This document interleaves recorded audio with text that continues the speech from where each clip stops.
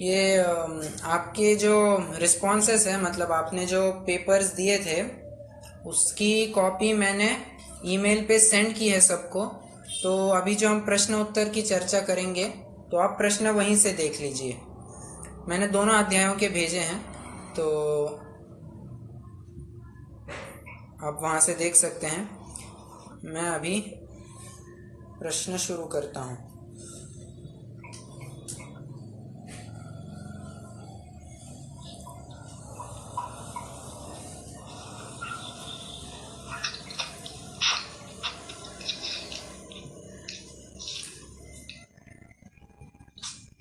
पहला प्रश्न, अगर किसी को शंका होगी मतलब वो उत्तर ऐसा ही क्यों दिया है तो आप पूछ सकते हैं। तो और उसका स्पष्टीकरण तो मैं वैसे देते ही जाऊंगा। देखिए, पहला प्रश्न अपन पहले अध्याय से ही लेंगे। जब अर्थ पर्याय स्वभाव रूप होती है तब व्यंजन पर्याय स्वभाव रूप डैश होती है। यहाँ ही भी में उत्तर लिखने थे। देखिए, हमने चर्चा करते वक्त ये देखा था कि अर्थ पर्याय अगर स्वभाव रूप होगी तो व्यंजन पर्याय स्वभाव रूप हो भी सकती है, नहीं भी हो सकती है। अब ये केस कहाँ मिलती है हमें? केवल ज्ञान ले देखिए, वहां पर व्यंजन पर्याय अभी तक स्वभाव रूप नहीं हुई है, परंतु अर्थ पर्याय स्वभाव रूप हो चुकी है। बराबर। तो इस हिसाब से हम कहेंगे कि अर्थ पर्याय स्वभाव रूप है, परंतु व्यंजन पर्याय स्वभाव रूप हो भी सकती है, नहीं भी हो सकती है। केस उल्टी अगर होती, अगर प्रश्न ऐसा होता व्यंजन पर्याय स्वभाव रूप होने पर अर्थ पर्याय स्वभाव रूप ही या भी कहेंगे तो वहां पर ही लिखेंगे। देखिए, शब्दों में अगर फेरफार करते तो उत्तर भी बदलता। ठीक है, तो ये पहला प्रश्न था। दूसरा, निम्न में से कौन से ज्ञान पारमार्थिक प्रत्यक्ष हैं? तो एक से अधिक उत्तर चुनने थे। ये तो सामान्य सा प्रश्न था। अवधि ज्ञान, मनपर्य ज्ञान और केवल ज्ञान, ये तीन ज्ञान पारमार्थिक प्रत्यक्ष कहलाते हैं। ठीक है, ये तो एक थेरेटिकल बात थी, इसमें कोई कंसेप्चुअल बात नहीं थी। अभी अगला प्रश्न, जिस शक्ति, हाँ जी,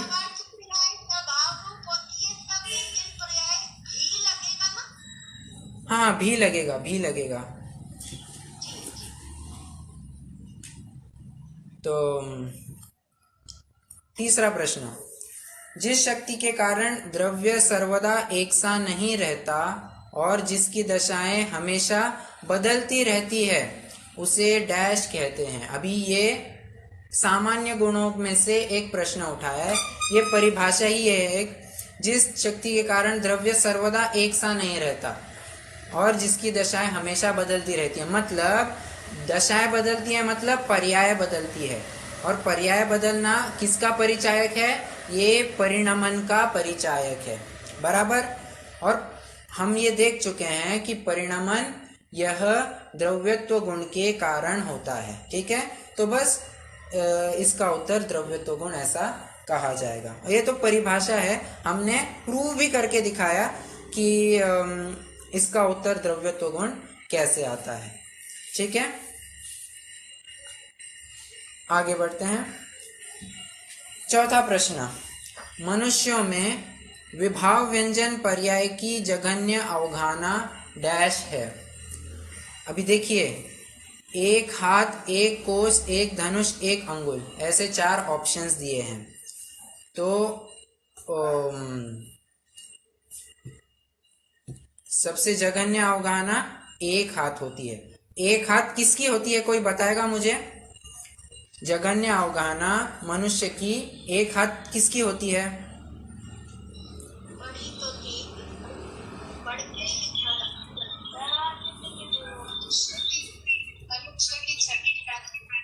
बराबर। छठवें काल का जो मनुष्य होता है उसकी अवगाहना एक हाथ प्रमाण कही जाती है। ठीक है, ये एक कोस एक अंगुल ये सही नहीं है, एक हाथ ये करेक्ट आंसर है। अभी अगला एक कंसेप्चुअल पॉइंट है। 5वां प्रश्न, 1100 परमाणुओं का स्कंद 1200 प्रदेश घेर रहा है, तो वह डैश प्रदेशी स्कंद कहा जाएगा।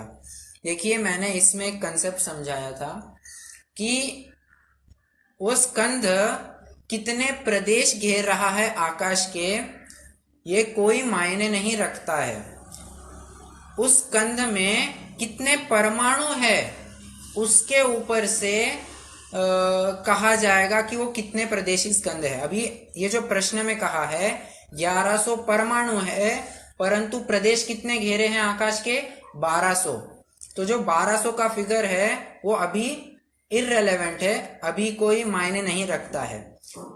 1100 परमाणुओं का स्कंद है, इसीलिए 1100 प्रदेशी स्कंद ऐसा कहा जाएगा।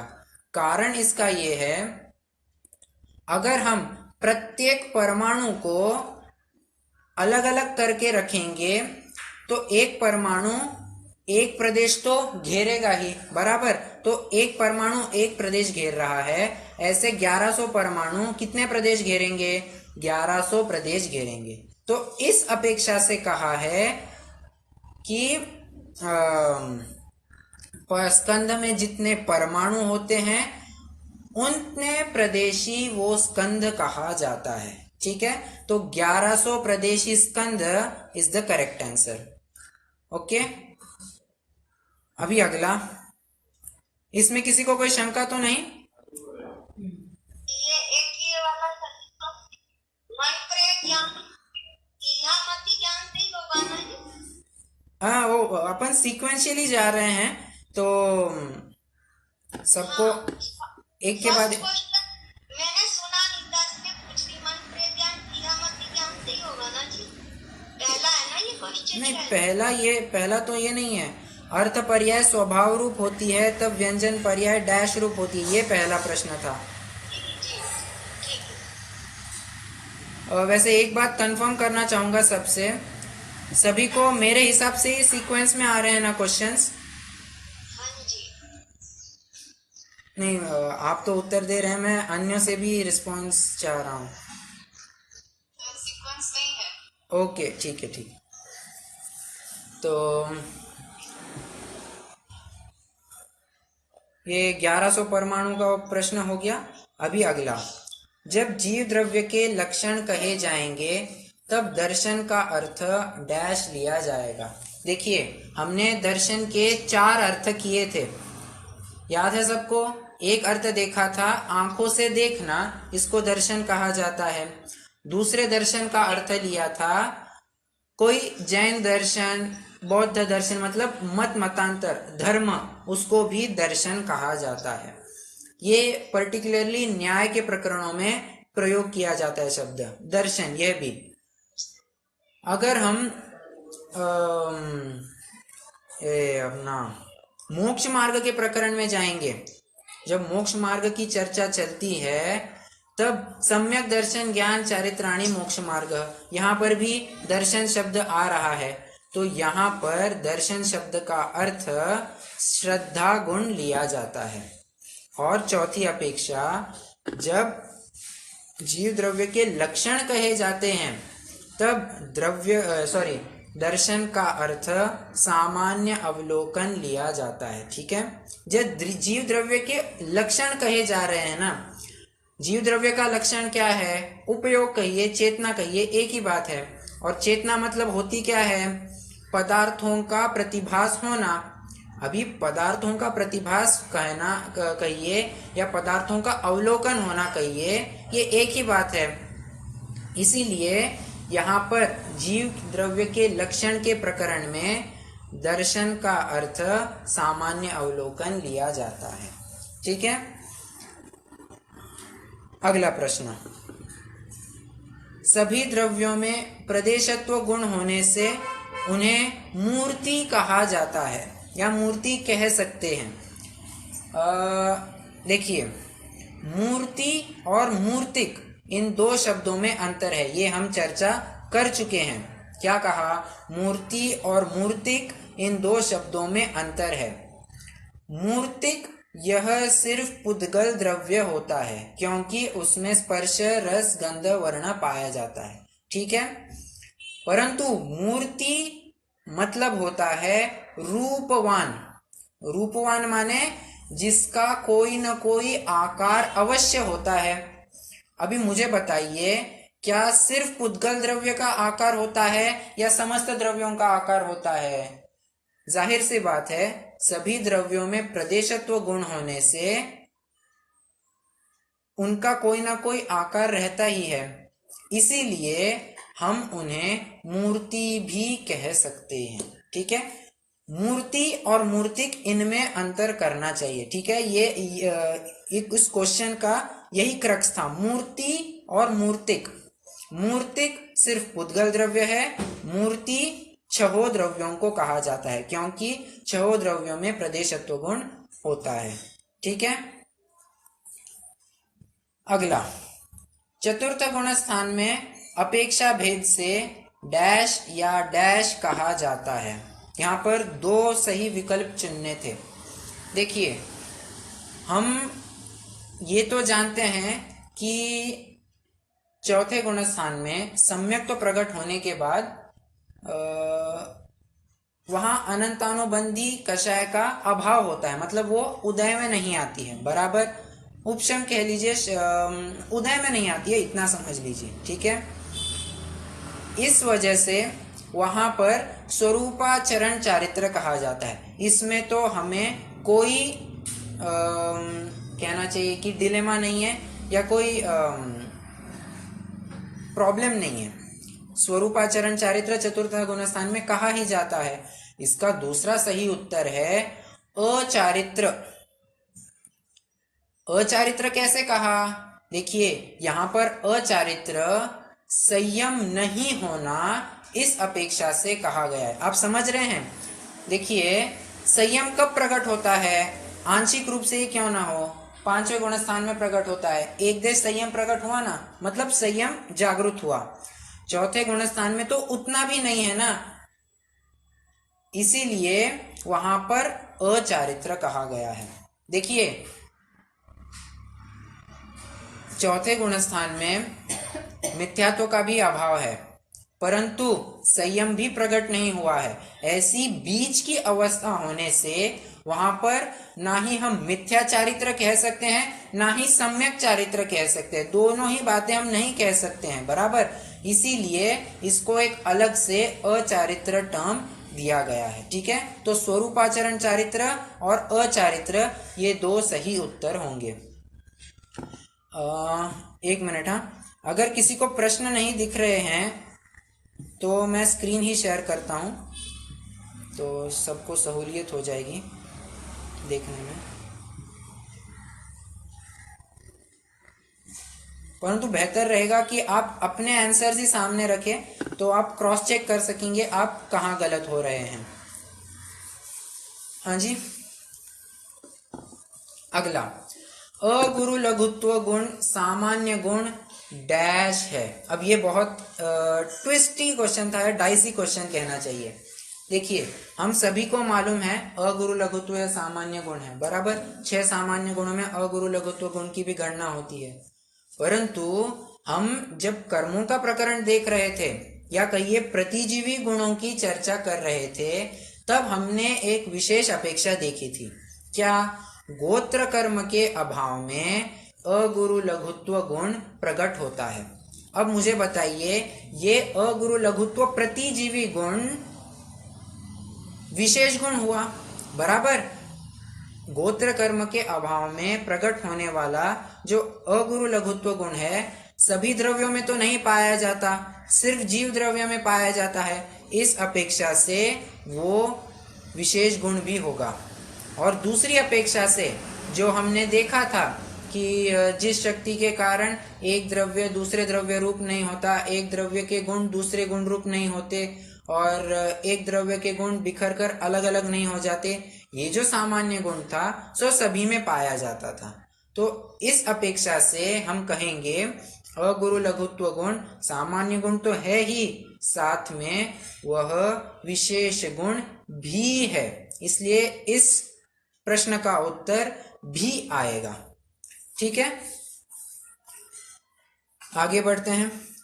ईहा, ईहा मतलब इच्छा, तो ईहा मति ज्ञान मतलब जानने की इच्छा। अब ये जानना हमें यहाँ जरूरी है, ईहा मतलब इच्छा, ये बात तो सही है। और वैसे मैं आप ही से पूछूं, इच्छा यह कौन से गुण की पर्याय है? कोई बताएगा? इच्छा यह कौन से गुण की पर्याय है?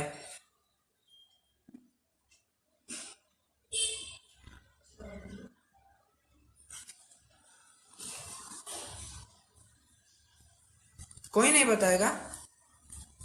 ज्ञान गुण की पर्याय। नहीं जी, इच्छा यह चारित्र गुण की पर्याय कही जाती है। ठीक है, अभी ये इस स्टेटमेंट से हम ईहा नामक मति ज्ञान की जब चर्चा कर रहे थे तब ये पॉइंट भी उठाया था। बस आपको लेक्चर सुनने की थोड़ी सी कष्ट उठाना चाहिए था, कोई बात नहीं, या थोड़ा उपयोग देना चाहिए था, कोई बात नहीं। ईहा, ईहा मतलब है इच्छा, और यह चारित्र गुण की पर्याय है।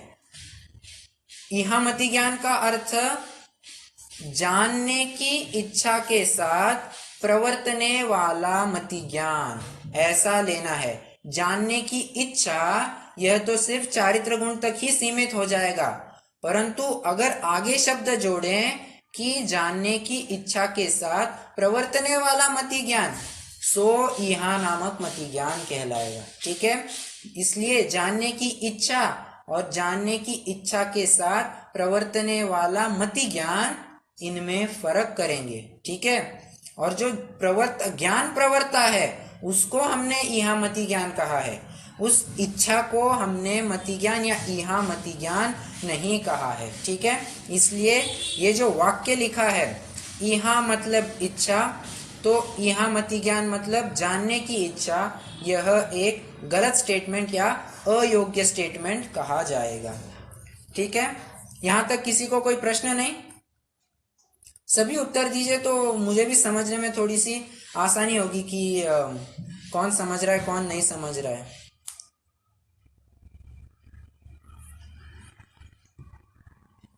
समझ में आ गया। ओके, अगला प्रश्न।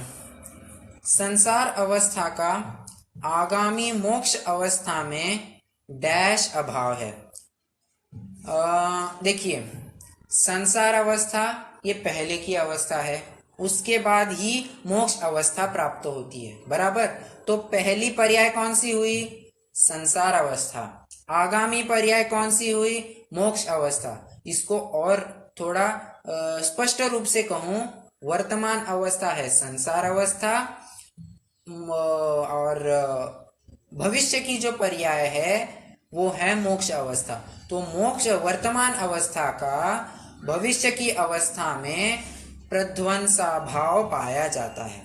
इसी तर्ज पर हम कहते हैं कि संसार अवस्था का आगामी मोक्ष अवस्था में प्रध्वंसा भाव होता है। ठीक है, ये अभाव से संबंधित भी एक प्रश्न हो गया। आगे बढ़ते हैं। अनेक वस्तुओं में एक पने का ज्ञान कराने वाले संबंध या संबद्ध हुआ है, थोड़ा प्रिंटिंग मिस्टेक हो गया है, थोड़ा उसको इग्नोर करें। संबंध विशेष को डैश कहते हैं। इसका उत्तर बंध आता है, स्कंध नहीं, परमाणु भी नहीं। परमाणु तो एक सिंगल यूनिट है, वो क्या अनेक का ज्ञान कराएगा, तो परमाणु तो पहले ही कट गया। स्कंध भी जो है वो भी परमाणुओं का एक बंध है, और ये जो परिभाषा है वो स्कंध की नहीं है। ठीक है, ये बंध की परिभाषा है। बंध मतलब वो अपना कर्म बंध वाला बंध, वो अभी थोड़ा गौर कीजिए, वो यहाँ पर इतना स्पेसिफिक रूप से इंक्लूड नहीं होगा, अप्लाई नहीं होगा। अनेक परमाणु जब एक रूप होते हैं और उनको हम कहते हैं कि ये एक स्कंध, तो अनेक पने में, अनेक वस्तुओं में एक पने का ज्ञान कराया, बराबर। तो इसी कंसेप्ट को बंध कहा जाता है। ठीक है। तो जो अनेक वस्तुओं को एक पने में रिप्रेजेंट करता है उस संबंध को हम बंध कहते हैं। ठीक है। तो स्कंध, परमाणु, इनमें से कोई नहीं, ये गलत विकल्प है। ठीक है, बंध इज द करेक्ट आंसर। आगे बढ़ते हैं। पानी और बर्फ में विविध अपेक्षाओं से कौन से अभाव घटित हो सकते हैं? देखिए, प्रश्न यहाँ पर थोड़ा ध्यान से पढ़ना चाहिए। विविध अपेक्षाओं से कह रहे हैं। अब यहाँ विविध अपेक्षाएं कौन कौन सी लग सकती है उस पर थोड़ा विचार करते हैं। पहली तो केस ये हुई होगी कि अभी बर्फ है और उसको पिघलाकर हमने पानी बना दिया, तो वर्तमान में बर्फ है, भविष्य में वो पानी होगा। बराबर।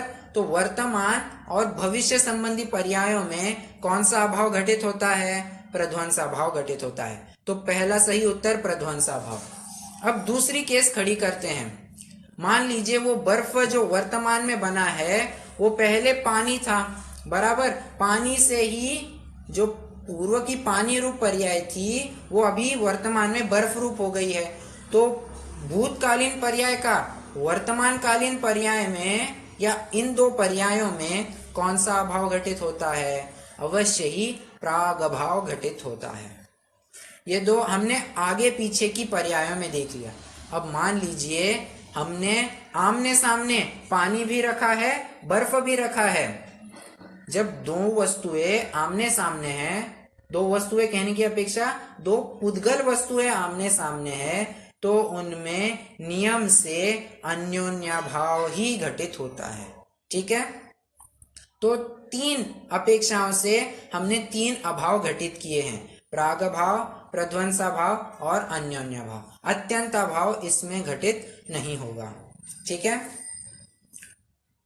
चलिए, ये हो गया। हाँ, द्रव्य की परिभाषा में आया समूह शब्द डैश संबंध का परिचायक है। ये बहुत जनों का सही आया है। हमने शुरुआती कक्षा में इस पर बहुत जोर दिया था कि द्रव्य की परिभाषा में जो समूह शब्द आया है वो तादात्म्य संबंध का परिचायक है। तादात्म्य में भी नित्य तादात्म्य संबंध का परिचायक है। क्यों? क्योंकि गुण और द्रव्य अनंत काल तक, मतलब अनादि अनंत रूप से एक ही बने रहते हैं, कभी अलग अलग होते नहीं है। नित्य तद आत्म्य एक रूप ही बने रहते हैं। इसलिए द्रव्य की परिभाषा में आया समूह शब्द नित्य तादात्म्य संबंध का परिचायक है। और विश्व की परिभाषा में जो समूह शब्द आया है वो कौन सा संबंध है?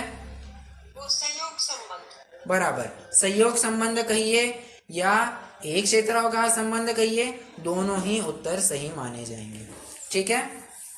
चलिए अगला, डैश द्रव्य अस्थि होते हैं, उनमें से डैश द्रव्य काय भी होते हैं। अब ये प्रश्न हमने क्विज में भी डाला था, तो जिन्होंने क्विज अटेम्प्ट की होगी उनको ये प्रश्न सहज या आसान गया होगा। देखिए, अस्थि, अस्थि मतलब है, सत्ता, एग्जिस्टेंस। अभी सभी द्रव्यों में अस्तित्व गुण पाया जाता है, इसलिए सभी द्रव्यों को अस्थि कहा जाता है। सत कहिए, अस्थि कहिए, एक ही बात है। अस्तित्व गुण होने से सभी द्रव्य सत है, अस्थि है। परंतु कायवान तो सिर्फ 5 ही द्रव्य है। काल द्रव्य यह काय नहीं है। अस्थि तो है, उसकी हयाती तो है, परंतु वो अस्थि काय नहीं है। बराबर। हम देख चुके हैं सत रूप 6 द्रव्य है, परंतु अस्थिकाय सिर्फ 5 ही द्रव्य, इसलिए तो पंचास्थिकाय ये कहा जाता है। एक मिनट। हाँ,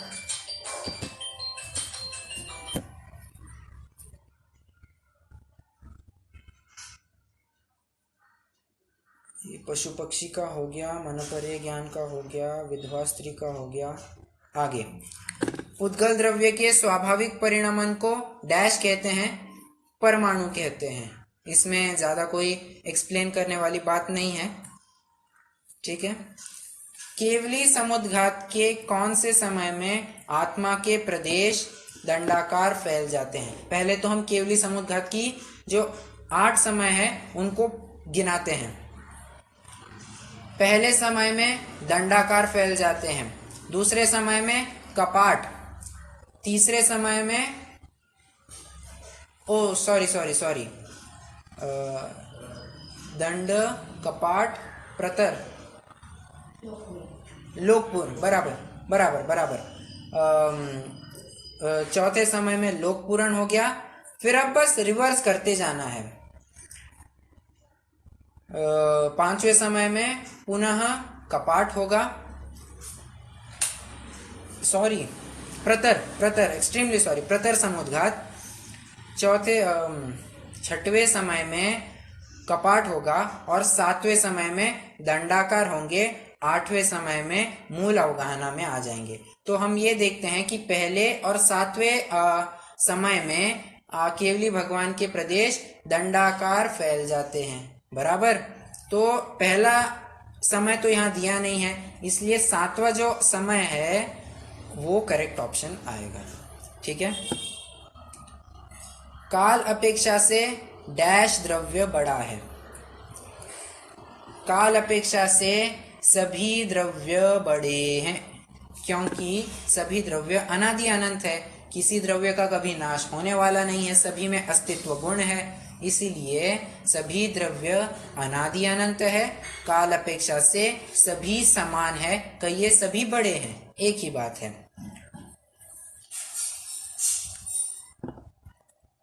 एक काल में जीव ज्यादा से ज्यादा कितनी पर्यायें धारण कर सकता है?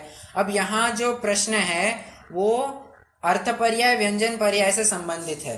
ठीक है, मतलब अर्थ पर्याय व्यंजन पर्याय के जो 4 उत्तर भेद हैं, स्वभाव अर्थ पर्याय, विभाव अर्थ पर्याय, स्वभाव व्यंजन पर्याय, विभाव व्यंजन पर्याय, इन 4 पर्यायों में से जीव एक समय में ज्यादा से ज्यादा कितनी पर्याय धारण कर सकता है? तो कहते हैं 3 पर्याय धारण कर सकता है। कैसे 3 पर्याय धारण कर सकता है? अभी इस कक्षा की शुरुआत में हमने केवली भगवान का उदाहरण लिया था, उन्हीं के या उनके भी 3 पर्याय ज्यादा से ज्यादा पाई जाती है। देखिए, ज्ञान गुण का पूर्ण विकास हुआ है, श्रद्धा गुण का पूर्ण विकास हुआ है, तो इस अपेक्षा से अर्थ पर्याय स्वभाव रूप है। और यदि देखें तो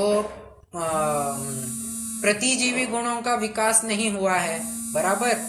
प्रतिजीवी गुण थोड़ी ना प्रकट हुए हैं अभी, इस अपेक्षा से उनकी विभाव अर्थ पर्याय चल रही है, तो अर्थ पर्याय में से 2 हो गई, विभाव भी हो गई, अर्थ भी हो गई। और व्यंजन पर्याय जो है वो तो एक समय में एक ही होगी, या तो स्वभाव या तो विभाव। केवली भगवान के विभाव व्यंजन पर्याय होती है। तो इस प्रकार कुल मिला के 3 से अधिक 3 पर्याय हो सकती है, 4 कभी भी नहीं जा सकती, क्योंकि एक समय में व्यंजन पर्याय या तो स्वभाव रूप होगी या तो विभाव रूप होगी। क्यों? एक पर्याय वो तो एक ही गुण संबंधी पर्याय है ना। देखिए, हमने पर्याय के एंगल से, पर्यायों की चर्चा करने के एंगल से गुणों को 2 विभागों में बांटा है। एक प्रदेशत्व गुण को छोड़कर, अब प्रदेशत्व गुण ये एक गुण है, बराबर। अब इस एक गुण की एक समय में एक ही पर्याय होगी, या तो स्वभाव रूप या तो विभाव रूप। तो इसी तर्ज पर हम कह रहे हैं कि उसकी स्वभाव रूप विभाव रूप इनमें से एक, परंतु अर्थ पर्याय के लिए तो अनंत गुण पड़े हैं, उनमें से कोई स्वभाव रूप भी हो सकते हैं, कोई विभाव रूप भी हो सकते हैं, तो उनमें से 2 भी आ सकते हैं। ऐसे कुल मिला के 3 ज्यादा से ज्यादा जीव की पर्याय पाई जा सकती है। ठीक है। सम्यक्त्व यह भी अनुजीवी गुण है, बराबर बात है। उपशम सम्यक्त्व, फिर क्षायोपशमिक सम्यक्त्व, फिर क्षायिक सम्यक्त्व, ये हम बढ़ता क्रम देख सकते हैं, बराबर। ये इनमें ऑन ऑफ नहीं होता है, मतलब या तो आर या तो पार, ऐसा सम्यक्त्व में नहीं होता है। सम्यक्त्व भी धीरे धीरे वृद्धिंगत होते होते ही क्षायिक सम्यक्त्व तक पहुंचता है। तो इस अपेक्षा से हमने चेंजेबल होने की अपेक्षा से अनुजीवी गुण कहा है। ठीक है। चेंजेबल कहने की अपेक्षा उसमें आंशिक वृद्धि पाई जाती है, मेरा ये कहने का प्रयोजन है। ठीक है, आगे स्कंद की स्पर्श रस गंध वर्ण की कुल कितनी पर्याय पाई जाती है? 7 पर्याय पाई जाती है। स्पर्श की जो 4 जोड़े हैं, उन 4 जोड़ों में से कोई एक एक आएंगे, मतलब 4, रस का 1, गंध का 1, वर्ण का 1, ऐसे कुल मिला के स्कंद की 7 पर्याय पाई जाती है। ये हम कक्षा में भी कर चुके हैं, क्विज में भी यह प्रश्न आया था। आगे, डैश से जाने हुए पदार्थ में संशय तो नहीं होता, परंतु विस्मरण हो सकता है। अभी इसका उत्तर अवाय है। अवाय कैसे? क्योंकि कह रहे हैं यहां तक तो हमने जाना ही नहीं था, जाना नहीं था इन द सेंस हमने निर्णय ही नहीं किया था कि वो सामने वाली वस्तु कौन सी है। बराबर, निर्णय की प्रक्रिया तो हम अवाय में करते हैं, परंतु अवाय में बस इतना ड्रॉबैक है कि निर्णय तो पक्का है, बस उस जाने हुए विषय में विस्मरण होता है। परंतु धारणा का विषय कैसा है? निर्णय तो हो ही गया है, विस्मरण भी नहीं होता है। इसलिए धारणा यह तो नहीं लगेगा, अवाय यह ही सही उत्तर है। ठीक है, निर्णय संशय तो नहीं है। हाँ जी, पंजाबी स्कंद की 7 पर्यायों का ऑप्शन है क्या? है ना, मैंने दिया है ना, ये देखिए। दिया है, ठीक है। चलिए आगे, अपर्याप्तक जीव के कौन से प्राण नहीं ही होते हैं? अब ये अपर्याप्तक जीवों संबंधी बात है। हमने जब 10 प्राणों की चर्चा की थी, तब पहले पर्याप्तक जीवों की अपेक्षा से कितने प्राण पाए जा सकते हैं ये देखे थे, और अपर्याप्तक जीव की अपेक्षा से कितने प्राण पाए जाते हैं ये इंद्रियों के हिसाब से देखे थे। बराबर, तो अपर्याप्तक जीवों के 3 प्राण नहीं ही होते हैं। कौन से होते हैं पहले ये देखते हैं। देखिए, वचन बल तो sorry, I am extremely sorry, काय बल तो होता ही होता है, काय बल में किसी को कोई संशय नहीं है।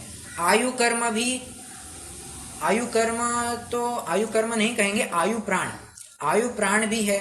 बराबर, तो आयु प्राण और कायबल प्राण ये दोनों तो होते ही हैं, किसी भी जीव में होते ही हैं। आंख मीचकर ये दोनों होते हैं, ये टिकाएंगे। बराबर, परंतु यहाँ पूछा है कौन से प्राण नहीं होते हैं, तो बस उसी का उत्तर है श्वासोच्छ्वास, मन बल, वचन बल। ये 3 प्राण अपर्याप्तक जीव के कभी भी नहीं पाए जाए, चाहे वो पंचेंद्रिय भी क्यों ना हो, अपर्याप्तक है, उसके ये 3 प्राण नहीं ही पाए जाते हैं। ठीक है, आगे, अभाव स्वरूपी गुणों को प्रतिजीवी गुण कहते हैं। यहाँ गुण अर्थात गुण मतलब यहाँ ना द्रव्य लेना है ना गुण लेना है, यहाँ गुण अर्थात पर्याय लेना है। क्यों? क्योंकि जो अभाव रूप होते हैं वो गुण थोड़ी ना हो सकते हैं।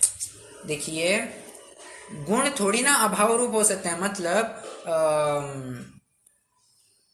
गुण है कभी है कभी नहीं है, ऐसा तो नहीं हो सकता है। उसकी पर्याय की व्यक्तता की अपेक्षा से हम बात कर रहे हैं। गुण तो है, परंतु उसकी व्यक्तता की अपेक्षा से हम बात कर रहे हैं, और व्यक्तता इज नथिंग बट उस द्रव्य की, या कहिए उस गुण की पर्याय या उसकी अवस्था। तो गुण मतलब पर्याय लेना है। ठीक है, आगे, व्यंजनावग्रह डैश के द्वारा होता है।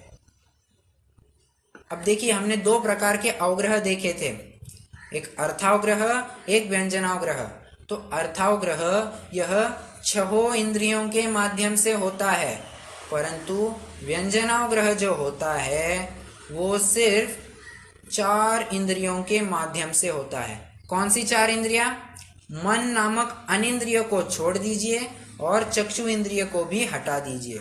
तो स्पर्शनेन्द्रिय, रसनेन्द्रिय, घ्राणेन्द्रिय और कर्णेन्द्रिय, इन 4 इंद्रियों के माध्यम से व्यंजनावग्रह होता है।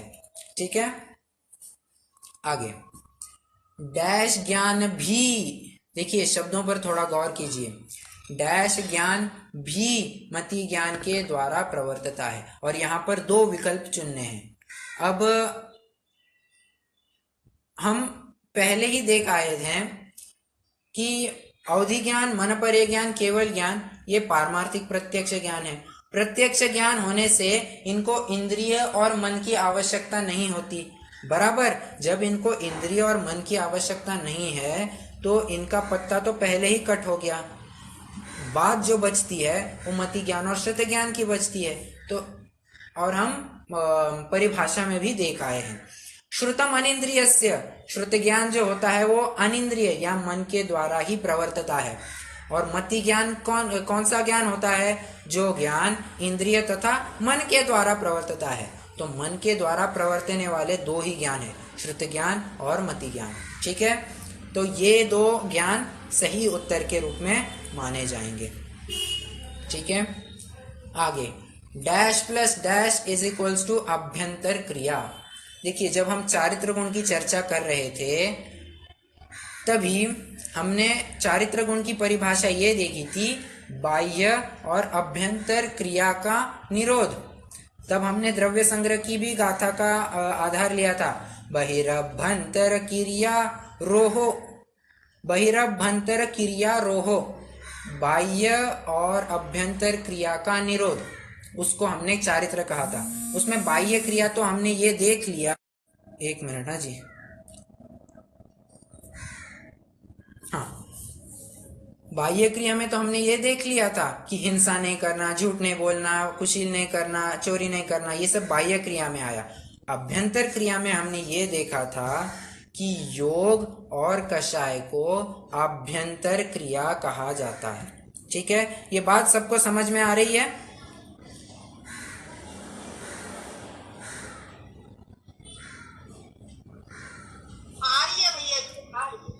ठीक,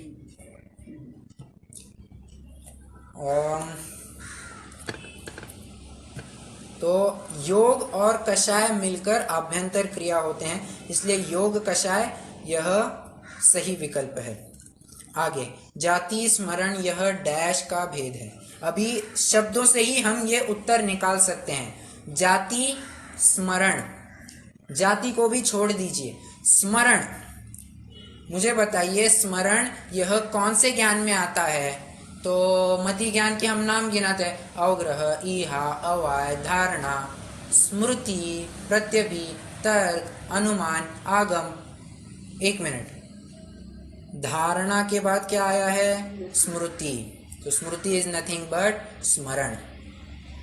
स्मरण, जाति का स्मरण, हमारे पूर्व जन्मों का स्मरण होना, यह एक मति ज्ञान का ही भेद है। ठीक है, तो जाति स्मरण यह मति ज्ञान के अंतर्गत आएगा। आगे, क्या मौन के काल में वचन योग संभव है? तो देखिए, इस संबंधी भी हमने बात की है कि 15 योगों में से एक समय में कोई एक ही योग होता है। क्या कहा? 15 योगों में से एक काल में कोई एक ही योग होता है। और ये भी जरूरी नहीं है कि अगर मन से हम विचार कर रहे हैं या तो मनोयोग ही होना चाहिए। उस काल में मनोयोग हो भी सकता है, नहीं भी हो सकता है। उसी प्रकार ऐसा भी हो सकता है कि मैं अभी बोल रहा हूं परंतु मेरे वचन योग ना हो, और मैं मौन हूं, मेरी मौन है, फिर भी मेरा वचन योग चले। ऐसा 100% संभव है। कौन सा योग कब चल रहा है ये हम नहीं कह सकते हैं, ये तो केवली भगवान ही जान सकते हैं। ठीक है, तो मौन के काल में भी वचन योग है, संभव है, हाँ, इसका उत्तर आएगा। ठीक है, आगे, अमूर्तत्व के अभाव में डैश प्रकट होता है। अभी अमूर्तत्व इज नथिंग बट सूक्ष्मत्व गुण, और सूक्ष्मत्व गुण यह नाम कर्म के अभाव में प्रकट होता है। ठीक है, हाँ, अभी ये थोड़ी सी बुद्धि का प्रयोग, बुद्धि को व्यायाम देने वाला प्रश्न है। इंद्रभूति ब्राह्मण के कितने उपयोग पाए जाते हैं? अभी थोड़ा गौर करना होगा।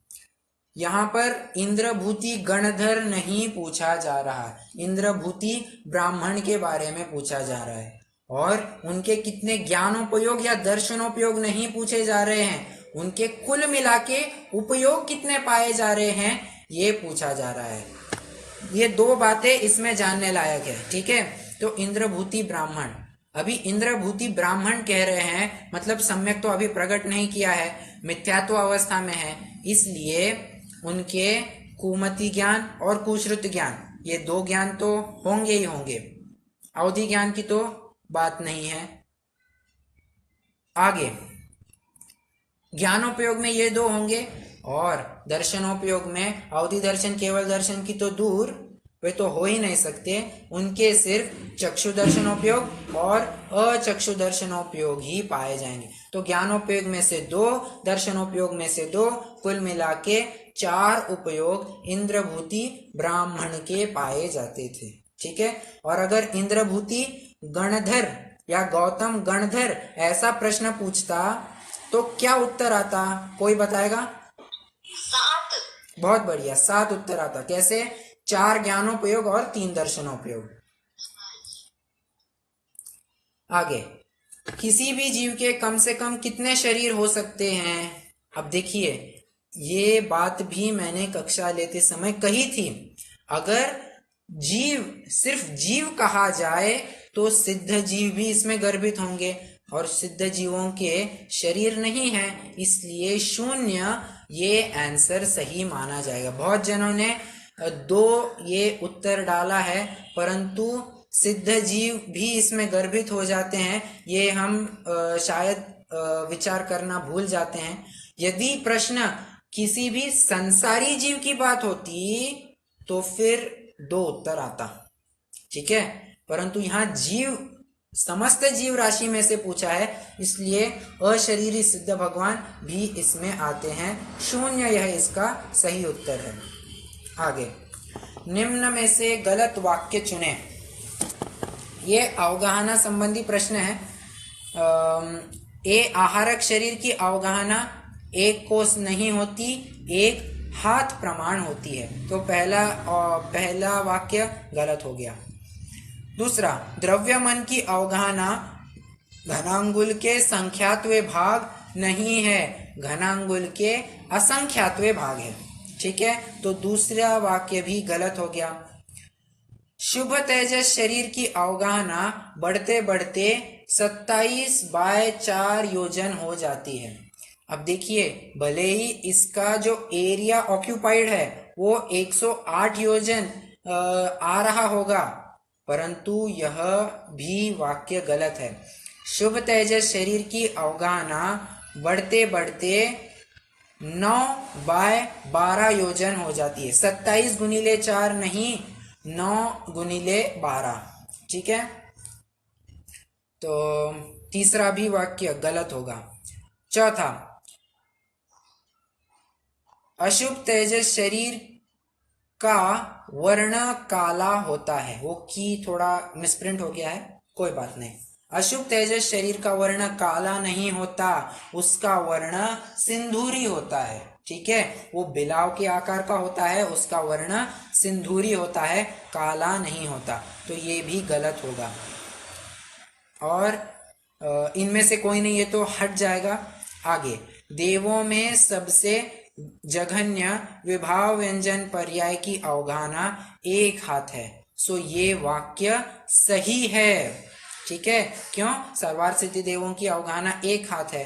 तो इस प्रश्न की अपेक्षा से जो अंतिम 2 विकल्प हैं, इनमें से कोई नहीं। देवों की में सबसे जघन्य अवगाहना 1 हाथ है, ये यहाँ पर टिक किए होंगे तो गलत माने जाएंगे, क्योंकि प्रश्न ने गलत वाक्य चुनने कहे हैं, ठीक है। प्रश्न थोड़ा समझना, गलत वाक्य चुनने कहे हैं। तो पहले 4 जो वाक्य कहे वे कंसेप्ट मतलब हैं तो गलत, प्रश्न की अपेक्षा से इनको सही मार्क दिया जाएगा, ठीक है। आगे, निम्न में से कौन से जीव मोक्ष की प्राप्ति करते हैं? तो देखिए, भव्य जीव ही मोक्ष की प्राप्ति करते हैं, ये तो हमें मालूम है, इसलिए अभव्य का तो यहाँ पर कोई संबंध ही नहीं आता है, अभव्य इसमें इंक्लूड नहीं होंगे। भव्य में भी हमने देखा था कि सिर्फ और सिर्फ निकट भव्य और दूर भव्य ही मोक्ष की प्राप्ति करते हैं। दूरांदूर भव्य में लायकात होने के बावजूद भी यथा योग्य निमित्त नहीं मिलते हैं, इसलिए वो मोक्ष की प्राप्ति नहीं करता है। इसलिए निकट भव्य और दूर भव्य ये सही उत्तर माना जाएगा। आगे, काल द्रव्य की पल, घड़ी, घंटा, दिन, माह इत्यादि पर्याय व्यवहार काल कही जाती है। और निश्चय काल माने, निश्चय काल मतलब जो, हाँ बराबर, क्या कहना होगा तो कि द्रव्यों के परिणमन में जो निमित्तक होता है, सब द्रव्यों के परिणमन में जो निमित्त है वो काल द्रव्य, वो निश्चय काल, ऐसा कहा जाएगा। आगे, असंगी पर्याप्तक पंचेंद्रिय के डैश प्राण पाए जाते हैं। कह रहे हैं असंगी पर्याप्तक पंचेंद्रिय, तीन तीन बातें, असंगी पर्याप्तक पंचेंद्रिय के कितने प्राण पाए जाते हैं? तो असंगी कह रहे हैं मतलब मन प्राण या मन बल प्राण का यहाँ कोई भी विषय नहीं आता है, मन बल प्राण अपने आप हट जाता है, परंतु पर्याप्तक है और पंचेंद्रिय है। इसलिए हमने देखा था कि पंचेंद्रिय के 10 प्राण होते हैं और वो भी संगी पंचेंद्रिय के, बस यहाँ इतना सा फर्क है कि वो असंगी है। असंगी होने से मन बल प्राण हट गया, इसलिए 10 में से 1 हट गया। कुल मिला के 9 प्राण असंगी पर्याप्तक पंचेंद्रिय के पाए जाते हैं। ठीक है, आगे, सामान्य संयोग केवली के कितने प्राण होते हैं? तो 4 प्राण होते हैं। कौन से 4 प्राण होते हैं? आयु प्राण होता है, श्वासोच्छ्वास होता है, वचन बल होता है और काय बल होता है। ये 4 प्राण सामान्य संयोग केवली के होते हैं। ठीक है, तो 4 यह सही उत्तर है। आगे, मना पर्याय ज्ञान उपयोग जो अवधि ज्ञान उपयोग से भी अनंत गुणा सूक्ष्म जानता है वह डैश है। अब मुझे बताइए, मन पर्याय ज्ञान, क्या यह ज्ञान गुण का पूर्ण विकास है? नहीं, ज्ञान गुण का पूर्ण विकास केवल ज्ञान की पर्याय है, बराबर। तो मन पर्याय ज्ञान, ज्ञान गुण की पूर्ण विकसित अवस्था न होने से वह भी विभाव अर्थ पर्याय ही कही जाएगी। ठीक है, आगे बढ़ते हैं। डैश के अभाव में अवगाह प्रतिजीवी गुण, डैश के अभाव को अवगाह प्रतिजीवी गुण कहते हैं। अवगाह कहिए, अवगाहनत्व कहिए, कोई उसमें फर्क नहीं है। तो देखिए, अवगाहनत्व यह आयुष्क कर्म के अभाव में प्रकट होता है। और आपने प्रवेशिका, अगर मूल परिभाषा पढ़ी होगी प्रवेशिका की, तो वहां आयु कर्म के लिए क्या शब्द आया है? परतंत्रता। ठीक है, आयुष का कर्म के लिए परतंत्रता ऐसा शब्द आया है, इसलिए परतंत्रता के अभाव को अवगाह प्रतिजीवी गुण कहते हैं। ठीक है, प्रश्न है कोई?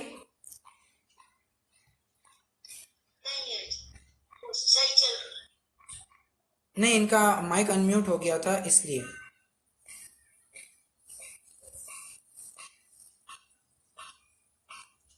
हाँ जी, आगे, द्विंद्रिय जीव के डैश प्राण होते हैं। दो इंद्रिय जीव के कौन से प्राण होते हैं? तो 6 प्राण होते हैं। कौन से? आयु तो होगा ही, ये पर्याप्त का ही बात है ना। अरे कहाँ चला गया? तो 2 इंद्रिय प्राण होते हैं। हाँ जी, 2 इंद्रिय जीव के कितने प्राण होते हैं ऐसा? हाँ, तो 2 इंद्रिय जीव के 6 प्राण होते हैं। आयु तो होगा ही, स्पर्शनेन्द्रिय है, रसनेन्द्रिय प्राण है और श्वासोच्छ्वास है और काय बल प्राण भी है, वचन बल प्राण भी है। तो ऐसे कुल मिला के 6 प्राण होते हैं। कौन से? आयु, श्वासोच्छ्वास है, ठीक है, स्पर्शनेन्द्रिय, रसनेन्द्रिय प्राण, साथ साथ वचन बल प्राण और काय बल प्राण भी है। तो ऐसे 6 प्राण 2 इंद्रिय जीव के होते हैं। ओके, आगे निम्न में से कौन से समुद्घात पहले से 6वें समस्त गुण स्थान में पाए जाते हैं? थोड़ा शब्दों पर गौर कीजिए। समस्त गुण स्थानों में पाए जाते हैं। अब समस्त गुण स्थान कह रहे हैं तो यहाँ पर सिर्फ 3 ही समुद्घात पाए जाते हैं।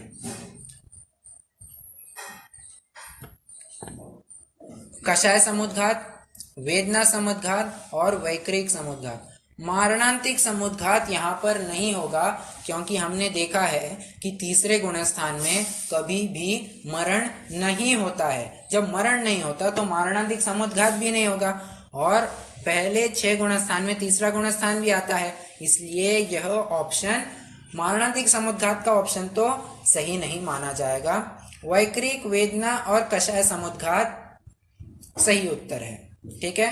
तेजस समुद्घात 6वें गुण स्थान में होता है। आहारक समुद्घात भी 6वें गुण स्थान ही में होता है।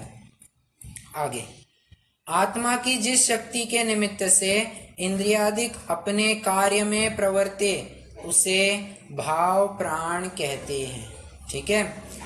देखिए, शक्ति की बात कर रहे हैं,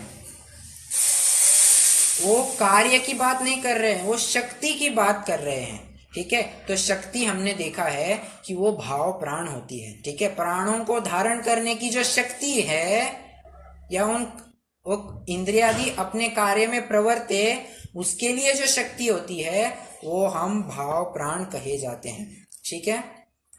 तो भाव प्राण यह सही उत्तर है। कौन से द्रव्य की स्वभाव अर्थ और स्वभाव व्यंजन पर्याय सादी शांत होती है? तो ऐसा एकमात्र द्रव्य है पुद्गल द्रव्य, ठीक है। क्योंकि पुद्गल द्रव्य स्कंद रूप भी हो सकता है और स्कंद के परमाणु बिखर कर एक परमाणु रूप भी फिर से हो सकते हैं। इस अपेक्षा से उसकी स्वभाव अर्थ और स्वभाव व्यंजन पर्याय सादी शांत कही गई है, ठीक है। आगे, द्रव्य में पूर्व पर्याय के त्याग को उत्पाद कहेंगे, व्यय कहेंगे, द्रव्य कहेंगे? व्यय तो नहीं कहेंगे, सॉरी, द्रव्य तो नहीं कहेंगे, उत्पाद भी नहीं कहेंगे। हाँ जी, बराबर, व्यय कहेंगे। पूर्व पर्याय का त्याग कह रहे हैं ना, इसलिए व्यय यह सही उत्तर है।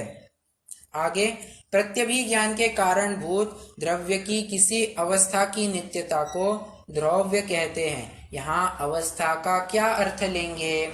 अवस्था का अर्थ यहाँ ना द्रव्य लेंगे, ना हालत लेंगे, ना कोई अंशी लेंगे। यहाँ अवस्था का अर्थ है अंश। क्यों, किस प्रकार से? हमने इसके बारे में पूरा पौना घंटा इसके ऊपर चर्चा की है।